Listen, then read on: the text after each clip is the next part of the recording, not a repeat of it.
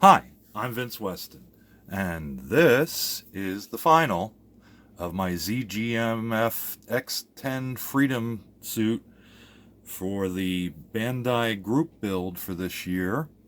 Yay! Of course, that's the box. That's not actually the build, but he looks like that. Um, let's see. So let me move the box and work with the grand review, or unveiling, whichever you want to call it. If I can get that to stand up. Okay, cool. Over here, I've mentioned to several guys that this is my second Gundam build. This was my first back pretty close to 20 years ago, at least. Back when Gundams were first coming out, I picked up one to see what all the big rumble was about. And built this. I believe he's an HG custom suit. Papadan can probably correct me on that. With his long rifle. I think he had another weapon, but I've always left him with the long rifle because he hangs from my ceiling, and here's a picture of that.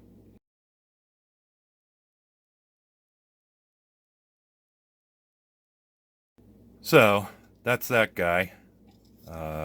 This was built straight out of the box using the stickers supplied at the time. No paint, no other stuff. And he's a little dirty from hanging from my ceiling for 20 years. I guess I could probably paint him up a little bit more, but I kind of like him that way. You know? And he just hangs around anyway. Just hanging around the dungeon. But here's now my second build, which of course is the ZGF, no, take 3 on that one, ZGMF X10A. And he's all done. I have weathered him some. I didn't want him to look, I don't know, I watched a couple of videos that on weathering Gundams, and I thought what they did made them look very beat upon and like they're heading for the scrap pile. So I tried not to do that with mine. I wanted him to look slightly worn, and let's see if I can figure out a way to pick him up without blocking too much of him. And, you know, like he's been to a battle or two, and he's coming back maybe from a battle, and he's got some marks and stuff. That doesn't show up so well, but, you know, an explosion on his shield, and his shield is all dirty and beat upon a little bit, and he's beat upon. So all this was done with let's see, I used steel. As the weathering instructions spoke of, you use lighter colors on darker plastic and darker colors on lighter plastic. So, this is kind of what I came up with. I didn't, you know, like I said, I didn't want him too beat up. But he's got some scuffs on his wings, and he's got dirt around his feet and scrapes along the bottom where the paint's been scratched off. Some dirt up his legs, and there's a little bit more dirtiness to his right side, since I figured his weapon was firing the whole time, and you know, there's got to be soot and stuff come off from these plasma, laser, whatever they are, weapons, and, you know, he'd be floating into it and getting it on himself. Let's see, I did finish him up mostly on the legs. I used basically a black wash on the light spots, and like I said, the silver on the dark colors. And I used some makeup that I had. It's this stuff. Oops, sorry. That I picked up at the dollar store.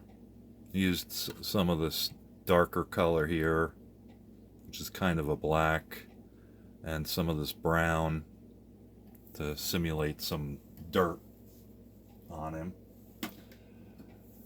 And then, let's see, what else did I do? Like I said, I beat up his shield a little bit. Whoops. And he's going to fall over. One thing I found with these guys is they're not terribly stable. Some joints are loose and some joints are tight. And, by the way, I did top coat it all with a dull coat. Actually, it's, Rust-Oleum 2X matte coat, so he wasn't too shiny. I had detail painted a couple of places like I had spoken of in the last video.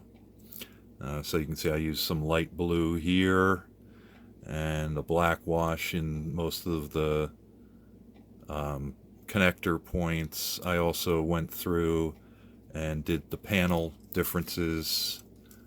You can kind of see it more on the legs and feet. It's not actually shadow, that's actually black paint in these places. It was just a black wash that I used. There's some light blue I used up here. I don't know. I put washes in a lot of places into the vents. This vent actually I painted red first because I was looking at the picture, and then put black in the back of it. This one down here was just a black wash. And his feet all around. I used a lot of black washes to highlight, or at least mark, some of the details. I should just slide him over instead of trying to move the camera. That's kind of it. Like I said, I did my detail painting first. I should have needed to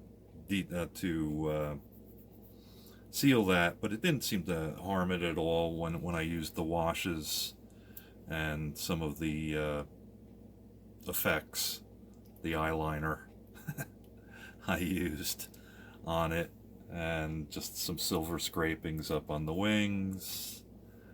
And then, of course, like I said, I dull coated it all, which helped all of that blend better together as one more cohesive looking mess. I got a couple of shots with different weapon positions, and particularly the last one is what I'm calling out all Millennium Falcon builders in 1/44 of the Bandai kits for a battle, and that picture will show them all the weaponry that I have available on my Gundam, and I don't think the Falcon can top that. Alright, between railguns and all the other stuff. I think they listed about 8 different weapons, inclusive of this. Let me pull it apart here. Can either be a sword, a laser sword, or whatever that is, or you can put it together, which I kind of like better, and use it as a staff.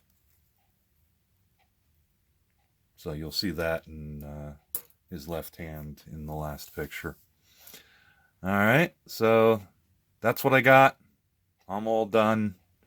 Now I'm heading back toward Deadpool for my buddy build with Papadan, and Kenny May is jumping in. So that's what we're going to do. So I'll talk to you all later. Be safe, be healthy. Bye-bye.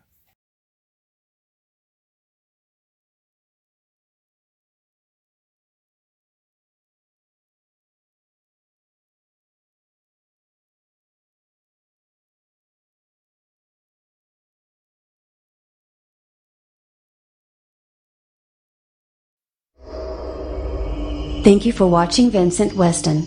Models Foam the Dungeon.